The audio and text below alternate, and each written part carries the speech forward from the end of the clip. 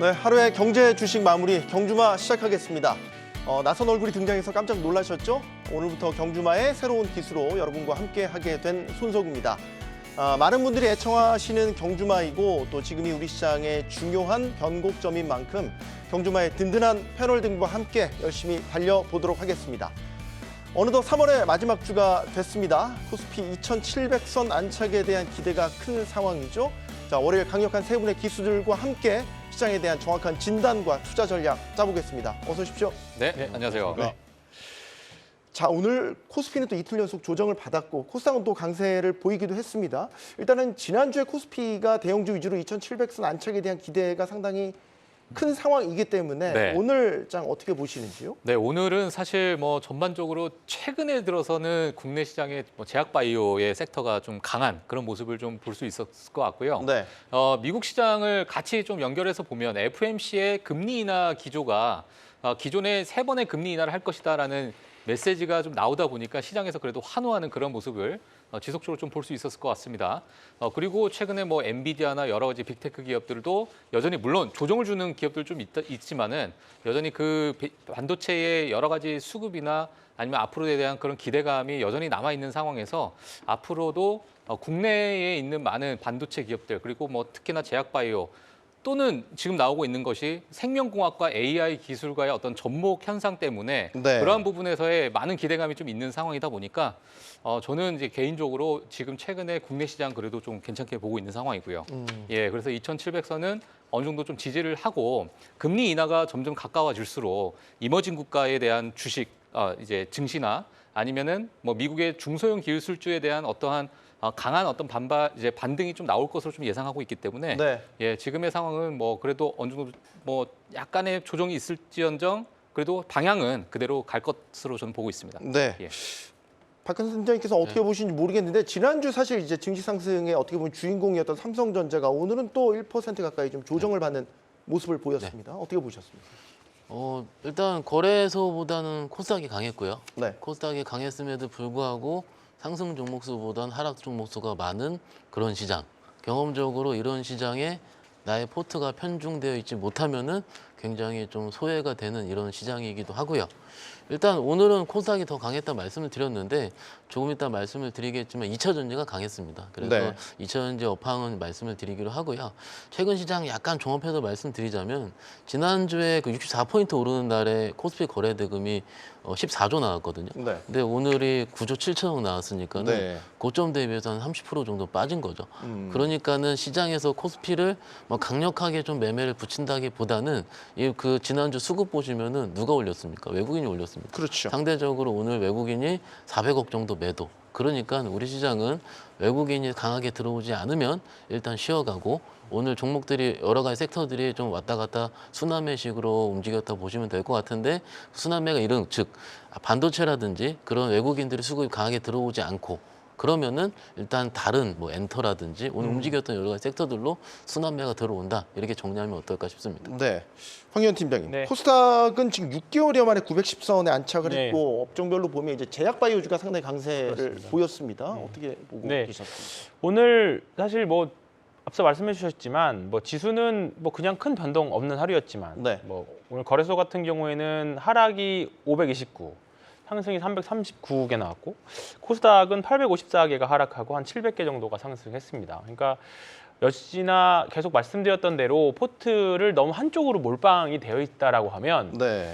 정말 그 위기와 기회를 동시에 가져갈 수 있는 그런 시장입니다. 그러니까 오늘 같은 경우에는 4가지 중에 2개, 바이오나 2차 전지의 비중이 높았다라고 하면 다른 섹터 대비, 다른 투자들 대비 분명히 좋아하셨겠지만 저도 반도체를 좋아하지만 반도체 비중이 좀 높으셨다라고 하면 사실 좀 재미없었던 그런 장일 수밖에 없는 장일 것 같아요. 근데 지금 시장의 스타일이 당분간은 계속 이렇게 흘러갈 수밖에 없을 것 같아요. 그러니까 네. 4가지 꼭지, 그러니까 반도체, 바이오, 2차 전지, 밸류업. 저 혼자 말하기는 반바지업이라고 부르거든요. 반바지업. 네, 반도체, 바이오, 2차 전지, 밸류업. 그래서 반바지업이라고 그냥 네. 외우기 편하게 이렇게 부르고 다니는데 오늘은 이제 상위 2개가 사실 움직였었죠.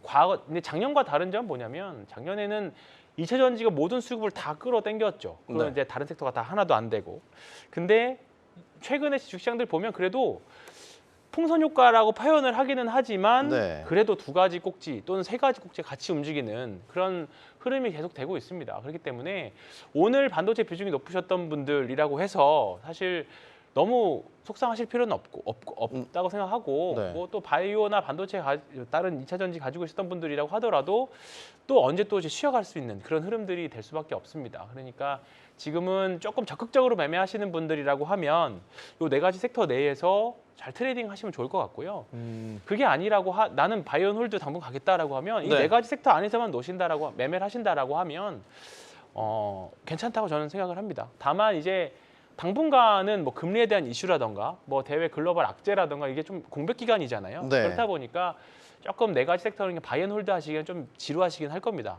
ETF 매매도 좀 지루하실 수도 있고 네. 그다음에 총 잔고, 그러니까 내 포트폴리오가 표현해준 총 잔고가 좀 움직이지 않는다라면 뺑뺑 돌 수밖에 없는 시장이거든요. 예. 네, 그런 점에는 조금 유의하실 필요는 있을 것 같다는 생각이 듭니다. 황 팀장님 오늘 시장이 전반적으로 크게 재밌지는 않으셨던 것 같아요. 그러니까 개인 차원에서는 지금이 그러면 어떤 포지션을 가져야 될 거냐. 그러니까 지난주에 개인들이 이제 사실 유가증권 시장에서는 많이 팔았잖아요.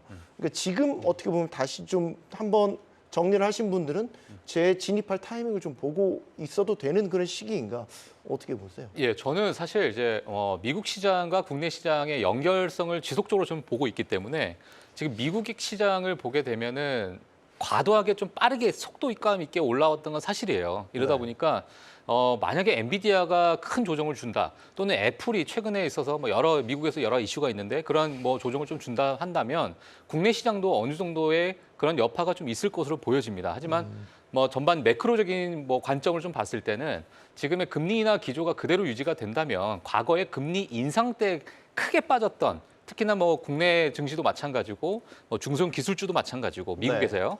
이러한 부분들이 다시금 올라가는 경우가 또 다시 이제 올라간다고 저는 좀 보고 있고요. 거기에 가장 이제 큰 피해를 봤던 부분이 어찌 보면 제약바이오 섹터거든요. 근데 그 제약바이오 섹터가 지금 최근에 들어가지고 바닥에서 어느 정도 거래량이 조금씩 늘고 있는 그런 모습을 봤을 때는 지금의 전반적인 어떤 분위기는 지속적으로 연말까지는 국내 시장이 그래도 좀 긍정적으로 흘러가지 않을까 이렇게 좀 보고 있습니다. 지금 저희 유튜브 라이브 창에 이제 많은 의견들을 올려주고 계시는데 아무래도 2차 전지 이야기가 많이 줄을 이루고 있어요. 오늘 에코프로 그룹주도 상당히 탄력적인 흐름을 보였기 때문에 네. 지금 타이밍에 대해서 많은 생각들을 하시는 것 같아요. 뭐 좋아 보이고요. 네. 기술적으로 말씀드리자면 오늘 그 어려웠던 이평선을 강하게 뚫는 양봉이 나왔습니다. 에코프로 비행 기준으로요. 그러면은 여태까지 올라지 못했었던 그런 부분은 어느 정도 부담이 없이 좀 추가적인 상승세 있었다고 기술적으로 얘기를 합니다. 네. 하지만 경험적으로 이렇게 올라가는 시기에 시장에서는 그렇게 좋은 얘기는 안 합니다. 왜냐하면 전기차 판매량이 아직도 두치라가 있다라든지 하반기까지 좀 봐야 된다라든지 그런데 주가는 항상 이런 의심의 벽을 타고 올라가기도 하고요. 그렇기 때문에 좀 주식 입장의 실적 측면에서 말씀드리자면 4분기 실적 발표가 끝났고요. 1분기를 기다리는 시기잖아요. 네. 근데 2차전지 업종의 특성상 4월 초에 발표를 하지 않고 아마도 4월 중순에 4월 말 혹은 5월 초까지 발표를 하게 될 겁니다. 네. 그럼 지금 3월 말로 마지막 주로 가고 있는 시점에서는 뭔가 1분기 실적 가지고 그렇게 좀 안 좋은 게 나올 시기가 아니에요. 그리고 대부분 4분기 때 우리 12월 달에 굉장히 많이 빠졌잖아요. 그럴 때 이미 실적 컨센 추정 1분기 걸 낮추게 해놨습니다. 네. 즉 제가 최근에 2차전 자료 좀 보니까는 감익이 어느 정도 끝나는 시기. 그러니까 더 이상 뭐라 할 게 없는 거죠. 그래서 지금 시기에서는 각 회사의 뉴스 플로우라든지 미국 시장의 연계 관계에 따라서 주가가 개별적으로 움직일 것 같습니다. 그리고 그 이상으로 다른 종목들을 좀 생각할 때는 그 셀업체들, 예를 들어 삼성 SDI의 밸류 차인, 네. 혹은 뭐 LG 엔솔의 밸류 체인 이런 식으로 각 회사별로 셋업체를 보면서 중소형단을 매매하는 게 가장 효과적으로 생각을 하고요. 업황이 바닥권을 지나고 있는 중에 매매가 개인적으로 좀 어떠냐면요, 좀 어려워요. 왜 어렵냐면은 쉴 때 며칠 쉬기 때문에 그렇습니다. 그런데 지금 시기에 바닥에 도는 것도 그렇고요. 그래서 좀 업황이 막 좋은 건 반도체지 않습니까? 네. 반도체 종목들이 갈 땐 또 빨리 가요. 이게 좀 종목의 특성을 좀 알고 좀 매매 플레이를 임하시면은 조금 더 쉽지 않을까 싶어서 좀 길게 말씀을 드리고 있습니다. 그 장중에 네. 오늘 나왔던 소식이 지금 LNF랑 SK온 13조 원 규모의 그렇죠. 대규모 어떻게 공급 네. 계약 체결 소식이 네. 전해졌잖아요. 네. 그 지금 투자자들이 이런 소식에 계속해서 반응을 개별 종목마다 하고 그렇죠. 있는 그런 상황인 근데 거죠. 오늘은 약간 좀 다르게 움직였는데 좀 호재가 나왔으면 13조 정도면 꽤 큰 규모니까 네.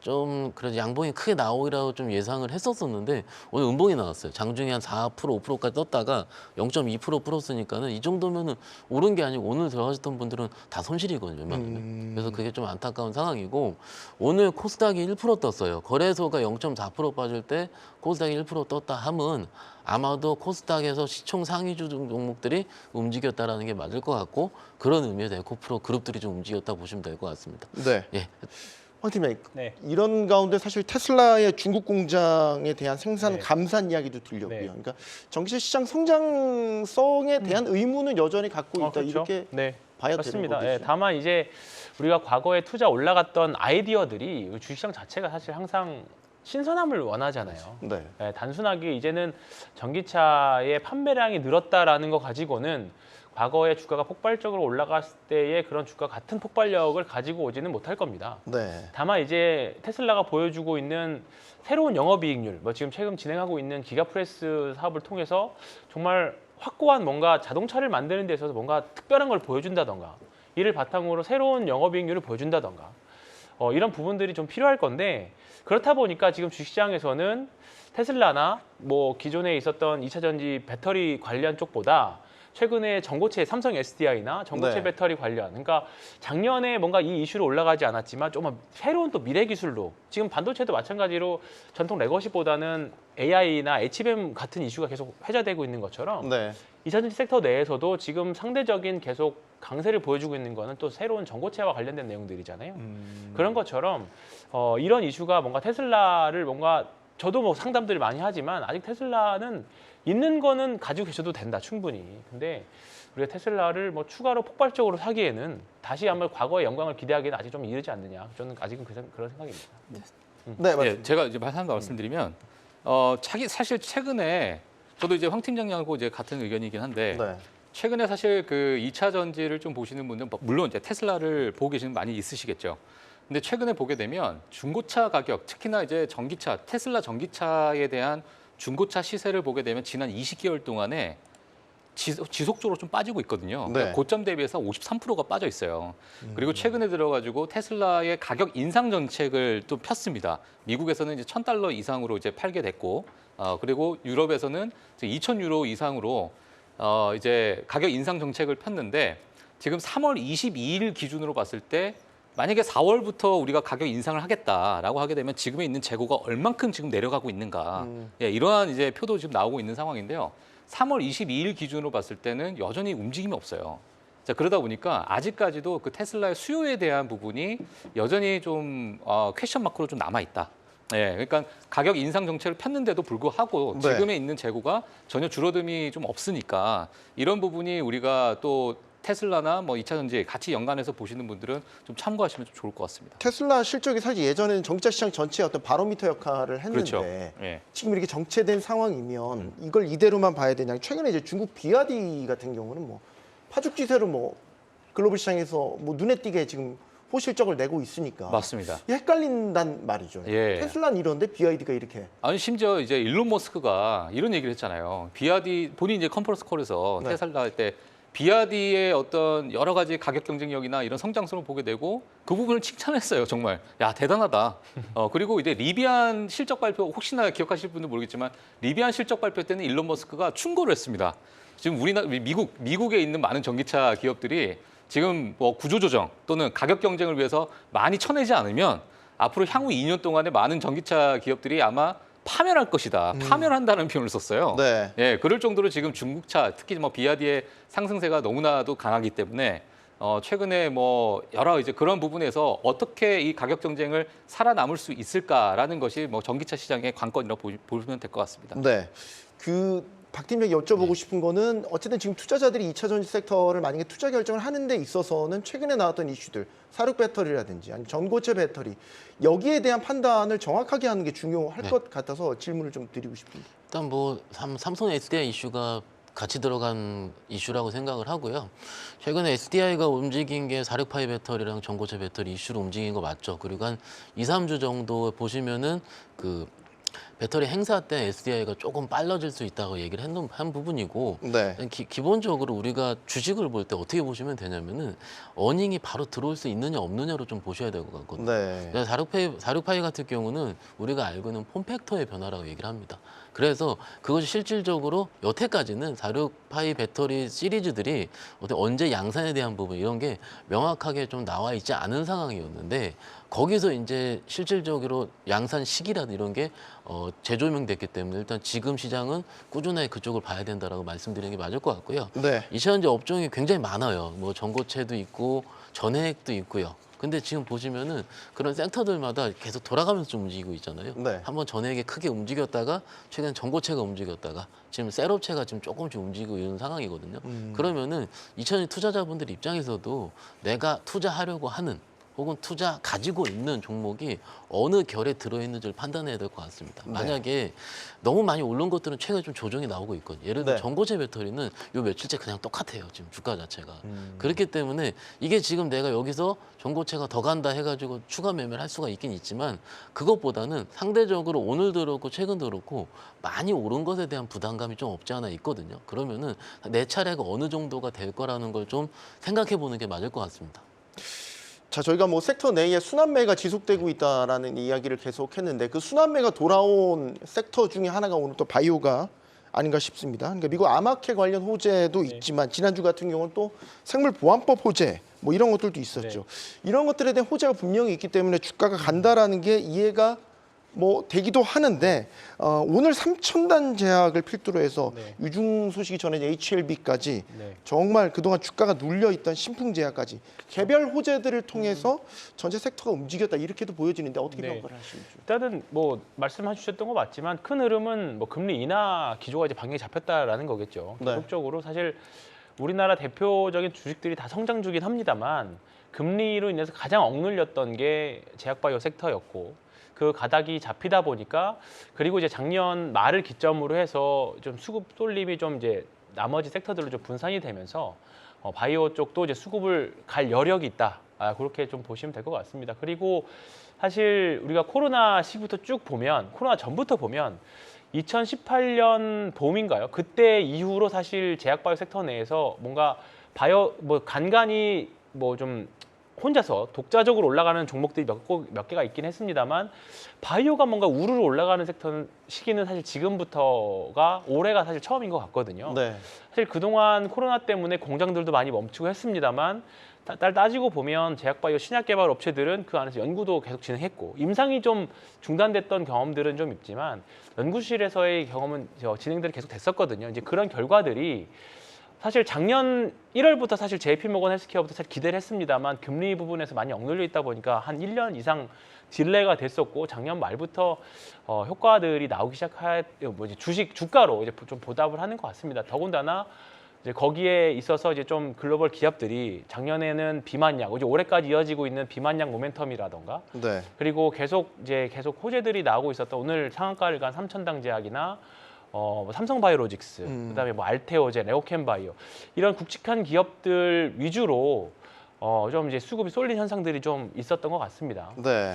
다만 이제 과거와의 차이점은 뭐냐면 예전에는 이제 사실 이제 뭐 SNS의 발달이 좀 되기 전에는 종목들이 사실 소문에 의해서 많이 올랐어요. 소위 말하는 카더라 뭐 이렇게 이 종목 이 약이 상용화됐을 때 얼마 간대 뭐 그런 류의 정말 그 꼬리를 달고 계속 전달되면서 사실 묻지마 투자가 많이 됐었거든요. 네. 근데 최근에 올라가는 주식들 보면 너무 이제 이런 내러티브로 올라가는 주식들은 항상 윗꼬리를 달리는 경향들이 많아요. 그리고 결국에는 밀어붙여서 올라가는 경향들이 좀 많이 이게 좋은 기업들은 결국 숫자로 보여줄 수 있는 숫자로 증명할 수 있는 기업들은 결국 밀어붙여서 올라갔던 기업들이 많이 있습니다. 특히나 오늘 3,000당 그다음에 뭐 HLB, 알테오젠, 레오캠 뭐 이런 주식들, 한미약품, 유한양 이런 주식들을 보면 진짜 강성주주분들 많으시거든요. 네. 그런 분들은 어떤 이야기를 해도 팔지 않은 그 부분들 되게 많아요. 근데 이제 그분들도 사실 다른 뭐 반도체 올라가고 2차 전지 올라갈 때도 꿋꿋이 투자하셨던 분들인데 사실 그분들이 이제 지금 사실 빛을 보고 있는 투자 결실을 맺고 있는 부분들입니다. 분명히 언젠가 일정 부분 주가가 오르고 또 밸류가 목에 차고 나면 분명히 또 하락을 경험할 때도 올 텐데 일단은 아직은 우리가 금리 인하를 하지 않았고 금리 인하에 대한 기대감들이나 그리고 앞으로 다가올 학회들에 대한 기대감들이 계속 있고 실제로 신약 효과들이 이제는 좀 뭐 글로벌 시장에서 좀 먹힌다라는 거죠. 예전에는 계속 좀 얘기를 하겠습니다. 네, 말씀. 글로벌 임상 사실 1상까지 하는 게 우리나라 기업의 전략이었습니다. 1상. 네. 그러니까 1상을 해서 2상과 3상 넘어가는 거는 돈도 많이 들고 우리나라 바이오 신약 업체들이 할 수 없다라고 보는 게 일반적인 관점이었어요. 네. 근데 이제 시대가 지나고 나서 이 관점이 사실 많이 변한 것 같아요. 그러니까 그래서 과거에는 2000 코로나 전까지만 하더라도 우리나라 기업들은 임상 1상에서 라이센스 아웃해서 넘기고 그 돈 받아서 또 다른 후보 물질 찾고 네. 그런 경험들이 있어요. 왜냐하면 과거에 한미약품이 산오피에서 기술 수출했다가 퇴짜 맞은 경험도 좀 있었잖아요. 그리고 그랬죠. 뭐 신라젠이라든가 뭐 티슈린이라는 안 좋은 기억들도 사실 많이 있었고. 근데 네. 코로나 이후로 보면 이제는 우리나라 기업들이 글로벌 시장에서 먹히기 시작한다. 그런 관점들이 사실 좀 많이 좀 이제 회자가 되고 있습니다. 그래서 사실 올해 5월달 기대되고 있는 게 뭐 HLB라든가, 네. 그다음에 삼천당 제약이 계속 이제 미국 수출과 관련된 내용들, 그리고 여러 가지 기업들, 뭐 레고캠이나 알테오즈나 이런 기업들에 대한 진짜인지 아닌지 한번 또 갈 때까지 가보자 그런 심리도 많이 있는 것 같은데 네. 그런 관점에서 본다라고 하면 제약바이오는 만약에 이 2023년, 2024년을 잘 넘기면 우리나라에 있는 신약 기업들도 정말 하나의 큰 한 꼭지. 원래 사실 2차 전지가 등장하기 전까지만 해도 세 가지 꼭지 중에 하나였거든요. 반도체, 바이오, 그다음에 하나가 두 가지였어, 두 가지. 반도체하고 바이오가 사실 코스닥 시장을 장악을 하고 있었는데 지금 이제 거기 2차 전지가 들어오면서 작년에 이제, 네. 네, 그렇죠. 코스닥에서는 이제 세 꼭지가 돼 버렸죠. 그러면서 이제 사실 전통의 코스닥 시장 수급을 가져가는 섹터였는데 그동안 좀 잊혀졌다가 이제 작년 말 올해부터 시작해서 이제 수급이 확실히 좀 들어오고 있는 그런 흐름입니다. 그래서 관련된 기업들 너무 우리가 숫자로 이제 증명하는 기업들이 많이 있기 때문에 네. 관련해서는 여전히 저는 늦지 않았다 생각합니다. 네. 관심 갖고 볼 필요는 있다. 굉장히 좋은 말씀을 많이 해주셔서. 예, 네. 뭐 방금 한 2시간 정도 하신 것 같습니다. 예.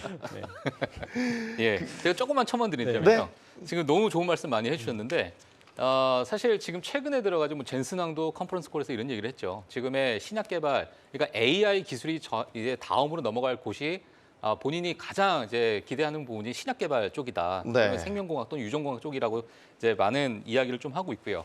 근데 과거에 사실 개인들이 이제 이런 이제 그러니까 사람이 직접 이제 후보 물질을 만약에 개발한다면 이게 10%에서 15% 정도의 그 물질밖에 나오지가 않는데 지금 AI 기술을 접목하는 많은 기업들이 있습니다. 심지어 지금 진행되고 있는 기업들이 있는데 그런 기업들 같은 경우에는 지금 36%가 나오고 있다는 얘기예요. 네. 그러다 보니까 이런 많은 후보 물질들을 AI를 통해서 6개월이 걸렸던 부분을 이틀 만에 하고 있는 그러한 상황이다 보니까 앞으로 이제 제약바이오 이 섹터에도 AI 기술이 어떻게 또 유용하게 쓰일지가 향후 시장에서 좀 관심이 있을 것 같습니다. 네. 뭐 워낙 두 분이 청사진을 잘 제시를 해주셔가지고 오늘 저희 유튜브 라이브 창에서도 보면은 사실 HLB나 뭐 삼천당 제약과 관련돼서 뭐 사실 바이오주에 대한 이야기들 굉장히 많이 하고 계세요. 그만큼 기대를 걸고 있다는 뜻도 되겠죠.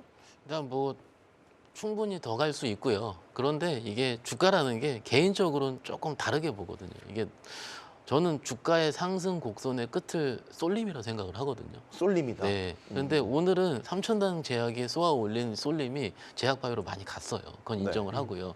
그런데 경험적으로 이런 쏠림의 끝에서 뭐 이게 끝일지 아닐지 모르겠습니다. 오늘 입장에서 봤을 때는 만약에 여기서 마지막에 들어갔을 때 요 며칠 흔들 때 있잖아요. 주가가 흔들 때는 굉장히 힘들어요.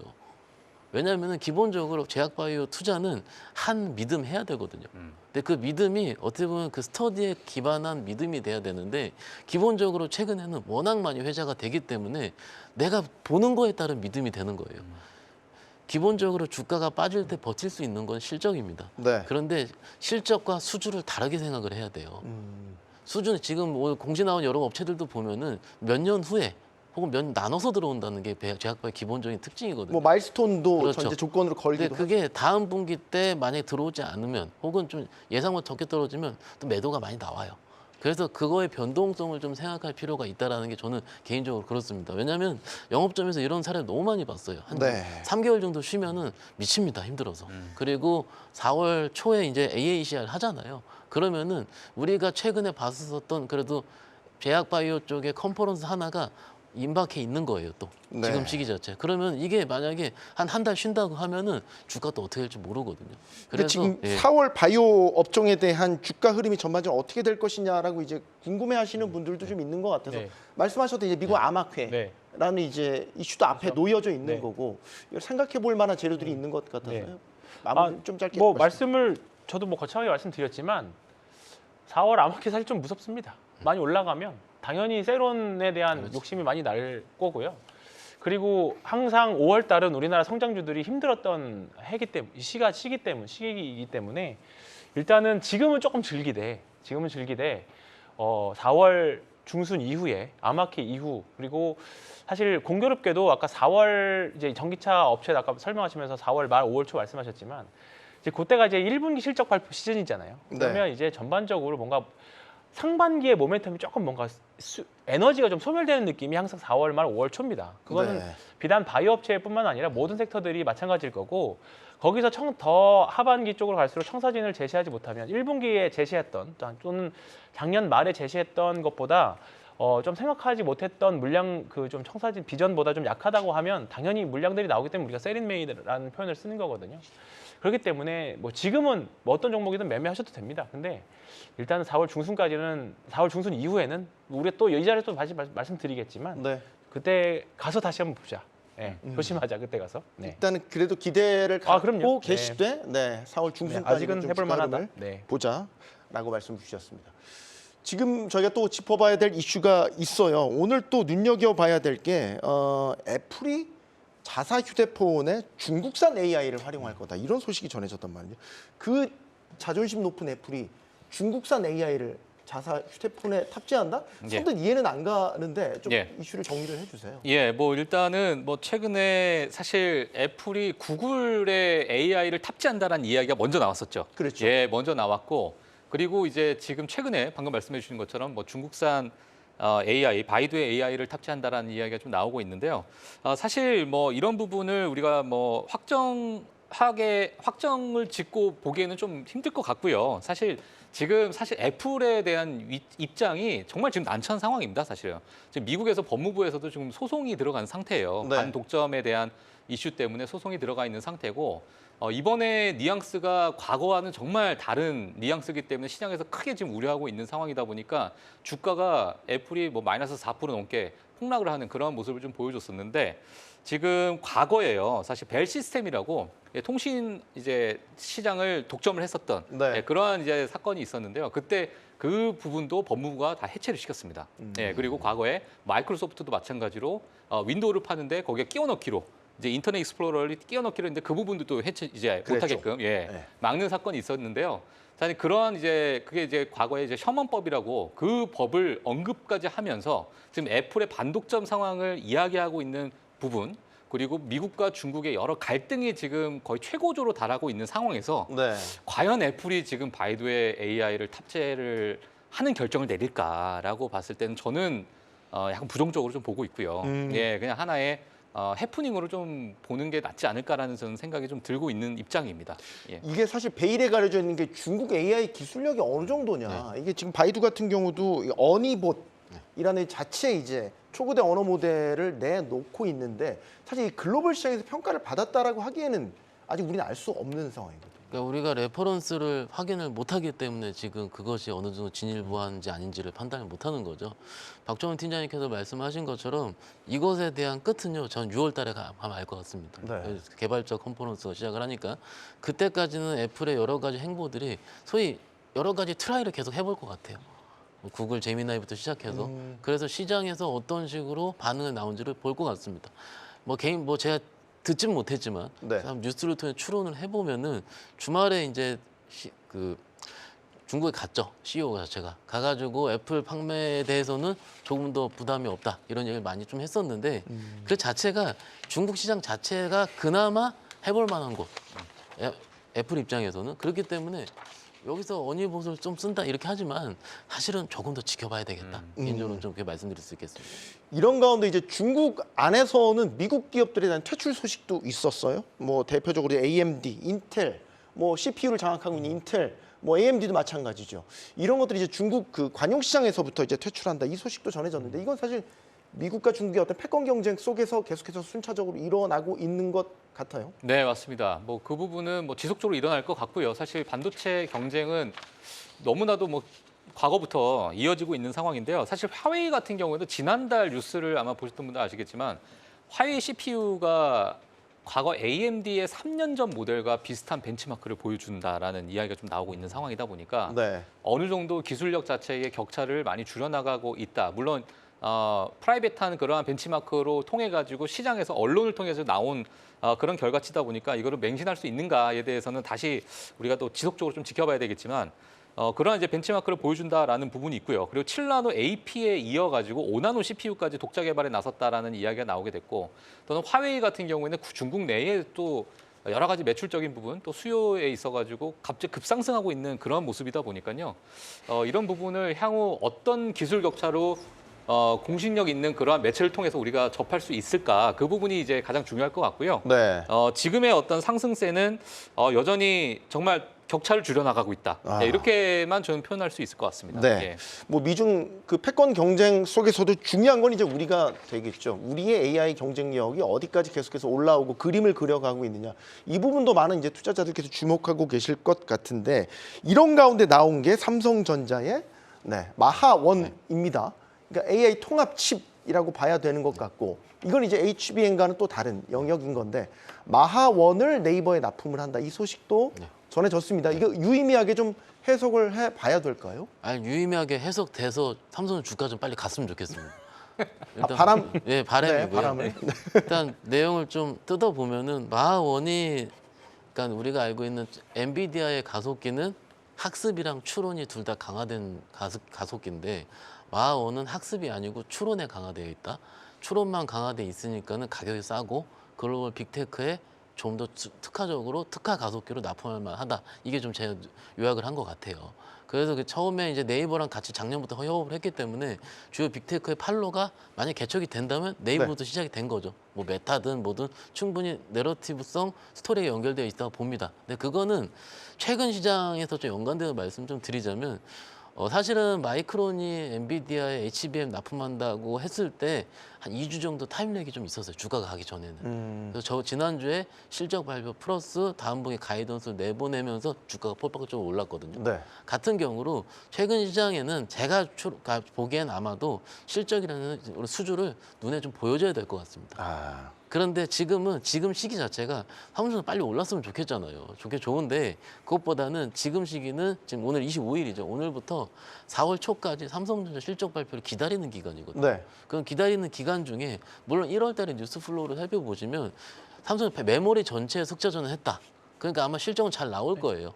그러면은 최근에 이야기를 종합해 보면 이제 1분기 가이던스가 5조까지 넘어서고 있다, 이런 얘기가 나오고 있어요. 네. 그러면 지금부터 눈높이가 삼성전자 어떻게 맞춰지는가가 핵심일 것 같습니다. 일단 마하원이라는 AI 가속기에 대한 부분은 추후에 어닝에 들어가기로 하고요. 지금은 아닙니다. 지금은 일단 1분기 가이던스가 어떻게 형성이 되고, 그리고 추가적으로 가이던스 형성을 할 거면은 4월 초에 발표라고 4월 말에 콩콜 있지 않습니까? 네. 콩콜까지 봐야 될 것 같습니다. 그래서 이 시기가 저희 장을 그렇게 크게 어렵게 보지 않는 이유가 뭐냐면은 삼성전자 무너지면 힘들거든요. 그런데 이 시기에는 제가 보기엔 삼성 많이 무너질 일이 별로 없어요. 실적 미스매칭 나오는 게 별로 없거든요. 네. 그래서 이 시기에 좀 개별주 매매든 뭐든 좀 하셔도 제가 보기엔 낫다, 이렇게 같이 시장과 통해서 말씀드리고 있습니다. 일단 다음 주에 잠정 실적부터 먼저 나오니까요. 뭐 그런 것들 이제 확인해 보고 가도 늦지 않을 것 같다라고 말씀을 주셔가지고, 네. 삼성전자를 놓고 봤었을 때는 어떻게 뷰를 갖고 계세요? 전자 두 가지 저는 생각하고 있습니다. 하나는 삼성전자가 모든 소부장들을 다 끌고 가는, 또는 한국 증시를 다 끌고 가는 그런 뭔가 코로나 때 그런 느낌이 하나가 있다라고 하면, 네. 또 하나는 2016년에서 2017년 그때 삼성전자만 올라갔던 시기 있습니다. 소부장조차도 움직이지 않았고, 네. 삼성전자가 그때 당시에 130만 원에서 260만 원 갈 때거든요. 예. 2016년 5월 말경으로 제가 생각하고 있습니다. 그때 딱 외국인들 대량 거래 들어오고 나서 그때 지금 거래량으로 환산했을 때 5,200만 주가 터졌었어요, 바닥에서. 네. 그러면서 다 원웨이로 거의 2배가 올랐습니다. 그런데 이제 지금 삼성전자가 약간 그런 느낌이에요. 지난주 수요일 날 5천만 주가 터졌어요.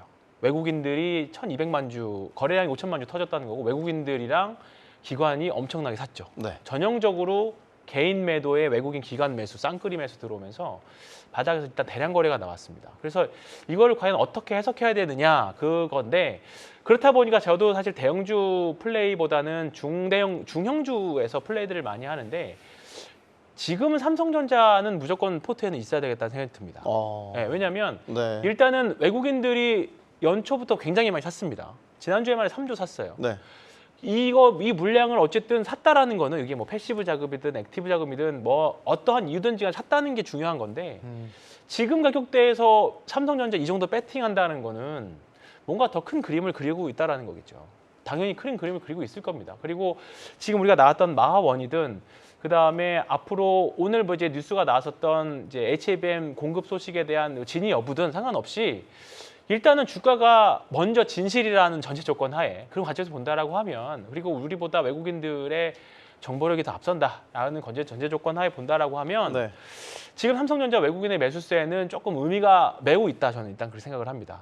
그래서 일단 지금은 조금 뭐 약간의 변동성이나 조정이 있을 수 있긴 하겠습니다만 지금 제 판단으로는 8만 원에서 8만 2천 원 사이의 매물벽이 좀 많이 두껍긴 하거든요. 네.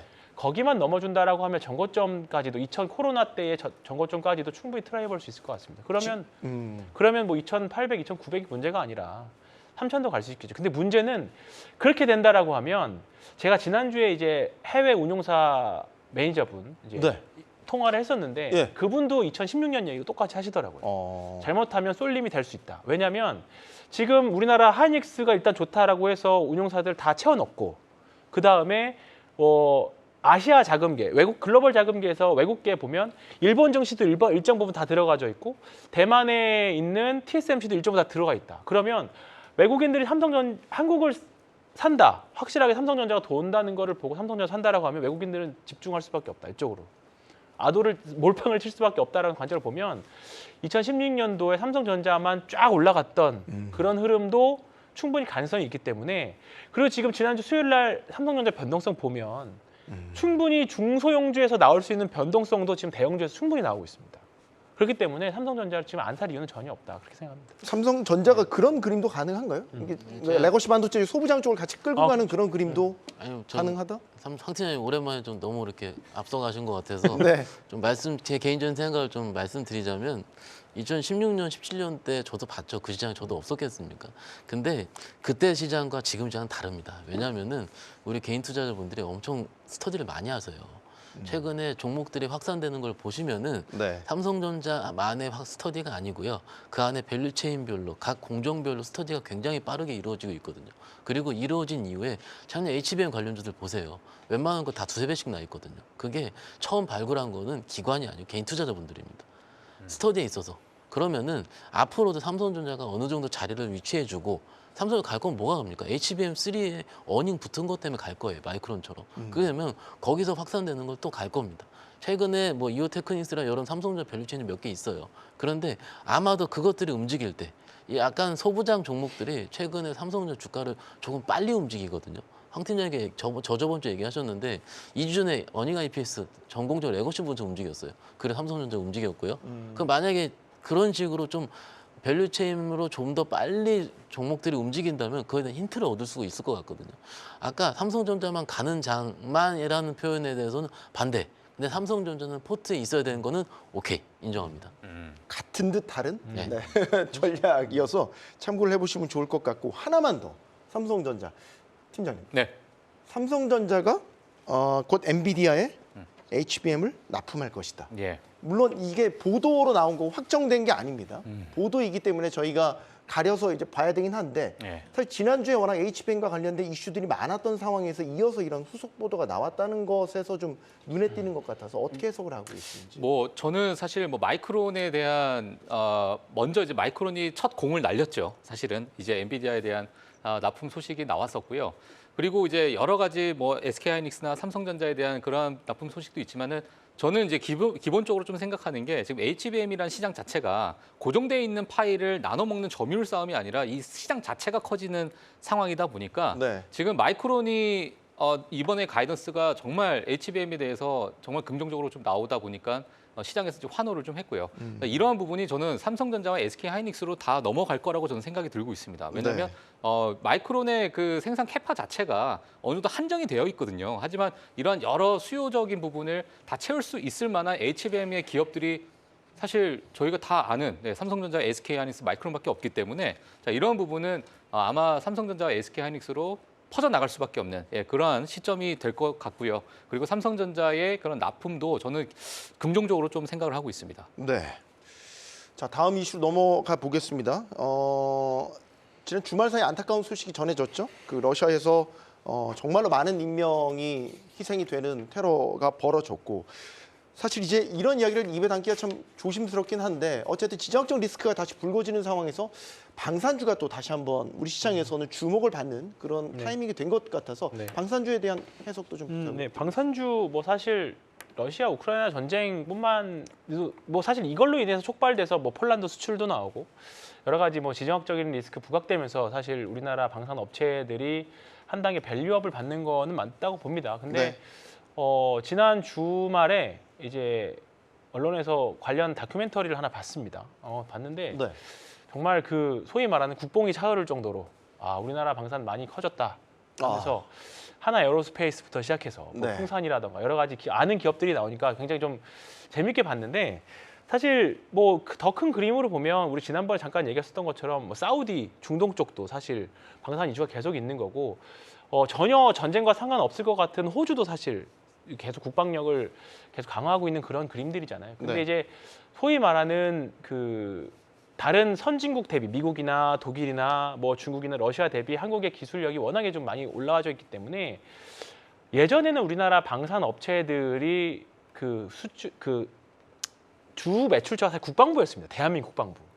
근데 이제 전 세계 국방부로 바뀐 거잖아요. 네. 그렇다 보니까 이제 이런 부분에서 밸류를 크게 확장시킬 수 있는 거고 또 그거를 숫자로 보여주다 보니까 이런 그림들이 나오는 것 같습니다. 지금 당장은 국방 아까 제가 뭐 4가지 꼭지 말씀드렸지만 그 외에 하나의 또 다른 꼭지로 추가로 한다라고 하면 방산을 꼽을 수 있는데 네. 이런 관련 섹터들 그리고 이제 우주항공청에 대한 이야기가 또 나오잖아요. 예. 그래서 조금 더 확산해서 본다라고 하면 이제 우주항공과 관련 섹터까지 확장해서 보신다라고 하면 저는 충분히 지금도 접근 가능한 섹터라고 보고 있습니다. 네. 네.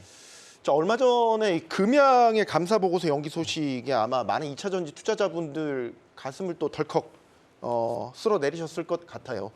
최근에 이제 국내 증시 감사 보고서 제출과 관련된 여러 가지 좀 시끄러운 이야기들이 나오고 있어서 이 부분 좀 짚어보도록 하겠습니다. 이게 트레이딩 관점에서 감사 보고서를 투자에 어떤 방식으로 좀 반영을 해야 되는지 그 부분을 좀 여쭤보고 싶은데요. 일단 그런 이슈가 나오면 안 되고요.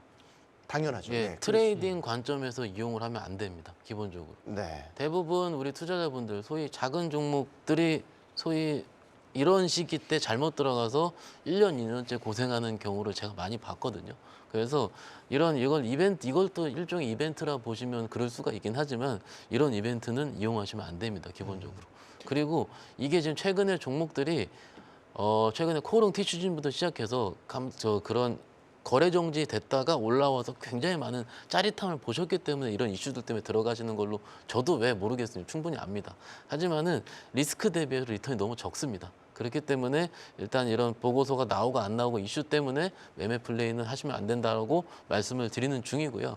그리고 이제 3월 말까지가 항상 이런 이벤트는 있는 시즌이고 이런 시기에 제약바이오 종목들이 가끔 많이 약해집니다. 그래서 네. 이런 것들까지 좀 매매 결로 확인하신다면 어떨까 싶습니다. 네. 오늘 또 잠깐 짚어보고 갈게 황 팀장님, NK맥스 같은 경우 네. 불성실 공시 누적 이슈로 이제 상장 네. 적격성 실질 심사 사유가 네. 발생을 했습니다. 매매 정지가 네. 됐죠. 이거는 저희가 어떻게 좀 봐야 되겠습니까? 아마 대주주 지분이 또 많이 빠진 것으로 또 네. 전해지면서 논란들이 지금 일어나고 네. 있어서요. 그러니까 뭐 NK맥스 같은 경우에는 계속 벌점이라는 게 있거든요. 네. 뭐 공시 위반이라던가 또는 연기 공시라던가 사실 지금 뭐 감사 보고서 지연해서 낸다라고 해서 바로 사실 거래 정지가 되는 건 아니거든요. 근데 NK맥스 같은 경우에는 그 동안에 쌓였던 벌점들이 쌓여서 사실 거래 정지가 됐던 기업입니다. 그래서 네. 사실 뭐 지금 당장 우리가 NK맥스 지금 당장 우리가 어떻게 할 수는 없고요. 회사가 빨리 대응을 잘 하는 수밖에 없습니다. 과연 이제 사실 거래 정지가 되면 이게 돈도 돈이지만 그 기간 동안 스트레스가 어마어마하거든요. 그렇죠. 예, 그런 부분들이기 때문에 그래서 특히나 이제 우리가 3월 말에 주총이 있고 주총 일주일 전에 감사 보고서를 무조건 내야 되거든요. 네. 근데 이제 일주일 전에 못 낼 경우에 이제 지연 공시를 하는 겁니다. 근데 지연 공시라도 내면 사실 다행이기는 하죠. 예, 근데 그것도 무시하고 내는 기업들은 사실 언제 어떻게 터질지 모르는 시한폭탄이랑 비슷하기 때문에 일단은 그래서 사실 적자가 뭐 4년 연속 됐던 기업들 같은 경우 뭐 잠깐 매매하셨던 분들이라고 하더라도 네. 3월 말경에는 일단은 한번 매도했다가 하시는 분들도 많이 있는 것 같아요. 아니면 아예 너무 이 시즌의 변동성이 심하니까 코스닥 기업들은 아예 안 해버리던가 그렇게 매매하시는 분들도 있습니다. 그래서 네. 감사 보고서는 이제 뭐 마무리기는 합니다만 이번 주가 지나면 이제 다 마무리가 됩니다. 마무리가 되는데 일단은 안전한 기업들 숫자를 좀 정직하게 보여주는 기업들. 그러니까 이런 기업들이 문제는 뭐냐면 거래 재개가 되더라도 기업의 신뢰와 관련된 문제들이거든요. 네. 그렇기 때문에 일단은 이런 기업들은 일단 주의해서 보자. 그 정도 말씀드리겠습니다. 네. 네. 지난달에 이제 뭐 증시 전체를 좀 달궜던 이슈가 이제 기업 밸류업 프로그램과 관련한 거죠. 사실 이제 지난주에는 법인세 인하라는 정부의 또 그 당근책도 제시가 됐고요. 이런 가운데 또 주목해봐야 될 게 오늘입니다. 아시아기업 지배구조협회 대표부가 우리나라를 방한을 하고 눈에 띄었던 건 이들과 함께 해외 투자기관들, 뭐 연기금들, 투자은행들 이런 관계자들이 함께 우리나라를 찾는다라는 거죠. 이걸 어떻게 해석을 해야 되겠습니까? 저는 이제 긍정적으로 보고 있습니다. 사실 정부 차원에서 이제 코리아 디스카운트를 해소하기 위한 이런 움직임은 저는 앞으로 2024년에 국내 증시를 끌어올릴 만한 아주 긍정적인 그런 효과로 좀 보고 있고요.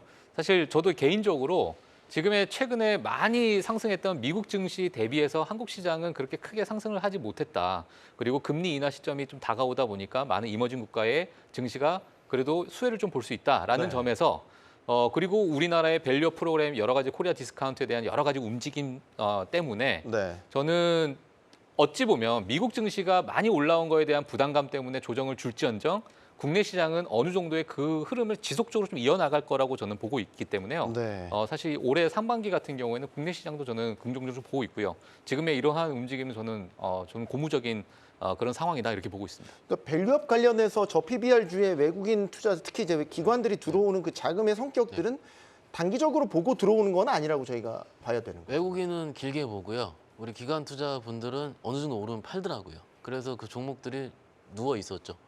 지난 우리가 2주 전까지만 하더라도 밸류업 얘기만 했습니다. 그러다가 일주일 전부터 반도체가 딱 뜨니까는 네. 밸류업 얘기가 쏙 들어가 있어요. 그죠? 그런데 이 중간에 무슨 일이 있었냐면 기업들의 주총이 지금 진행돼 있고요.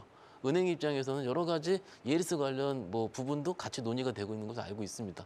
그런데 결정적인 거는 최근 일주일 동안에 밸류업 관련 종목들이 조금 누워 있다라는 거거든요. 그 네. 외국인들이 안 사서 그래요. 그럼 지금 이 안에서 아시아 기업 지배구조협회 뭐 여러 가지 헤지펀드들도 같이 들어온다고 제가 기사를 확인했는데 네. 아마 오늘 들어왔으면 내일부터 이제 일정을 소화하시겠죠. 그렇겠죠. 하고 나서면 그 이후부터 외국인 행보가 중요하다 생각을 합니다. 만약에 외국인들이 다시 우리 시장에 들어올 때 반도체를 사느냐가 아니고 지난번 들어올 때는 현대차랑 KB금융 같은 은행 자동차를 같이 샀거든요. 네. 그러니까 이 장이 다시 연출되는지 않는지 이걸 보셔야 될 것 같아요. 우리 투자자분들 입장에서는 이게 지금 굉장히 어떻게 봅니까? 맨날 헷갈려 하실 수 있는데 네. 그래도 아침에 봐야 되면 매매하시려면. 예. 그러니까 우리 정부도 아마 거래소 관계자들이 만나는 걸로 예정이 돼 있는데 어쨌든 밸류 프로그램에 대한 여러 가지 설명들을 해주고 거기에 대해서 공감을 하게 된다면 소위 이제 그들이 운영하는 뭐 액티브가 됐든 패시브가 됐든 그 펀드들이 우리 한국 주식을 뭐 지속적으로 네. 사준다 뭐 이렇게 되는 건 아니에요. 네. 밸류업 프로그램을 어떻게 뭐 정치적으로 해석하실 수도 있지만 확실한 건 이번 총선용 정책은 아니라는 거. 예, 올 한 해 핵심을 이제 올 한 해를 좀 관통해야 할 키워드 중에 하나라고 생각을 합니다. 2월 달에 조금 너무 좀 겉핥기식으로 나왔다라고 하면 앞으로 5월 달에 있을 그리고 9월 달에 있을 뭐 이제 지수가 이제 또 만들어지고 관련된 ETF가 이제 형성이 되고 기관 투자에 간다라고 하면 일단은 뭐 총선 때문에 잠깐 올랐다가 좀 빠질 수도 있기는 하겠습니다만 이게 단발적으로 그냥 정치적 목적으로 이용하고 그냥 끝난다 그런 느낌의 정책은 지금 아닙니다. 왜냐하면 네. 계속 나오고 있는 뉴스 플로우라던가 그다음에 정치권에 준비하고 있는 이런 것들을 본다라고 하면 단순 정치용은 아닌 것 같다라는 생각이 확실하게 들고 있고요. 그런 부분들이 하면 이제는 거의 밸류업 프로그램과 관련돼서 좀 확실하게 좀 그 종목들이 이제 선별이 된 것 같거든요. 자동차라던가 은행이라든가 금융주주사들. 그렇기 때문에 지금까지도 안 오르고 있는 종목들은 조금 이제 앞으로는 좀 덜 더딜 수도 있습니다. 그렇기 때문에 3월 달에 밸류업과 관련돼서 좀 회자가 많이 됐던 종목들 위주로 포트 선정하셨으면 좋겠습니다. 알겠습니다. 이 투자자들 사이에서 한때 이 존버라는 말이 유행했습니다. 오랜 기간 참고 버틴다 이런 뜻의 은어가 되겠죠. 코스피가 2,750선을 돌파하자 곧 2,800도 갈 거다. 연말에는 3,000피에 대한 기대도 솔솔 나오고 있습니다. 오래 참고 버틴 투자자들이 이른바 존버의 성과를 꽉 손에 쥐었으면 합니다. 경주마가 뒤에 있도록 하겠습니다. 진짜 경주는 지금부터입니다. 내일 뵙겠습니다. 고맙습니다.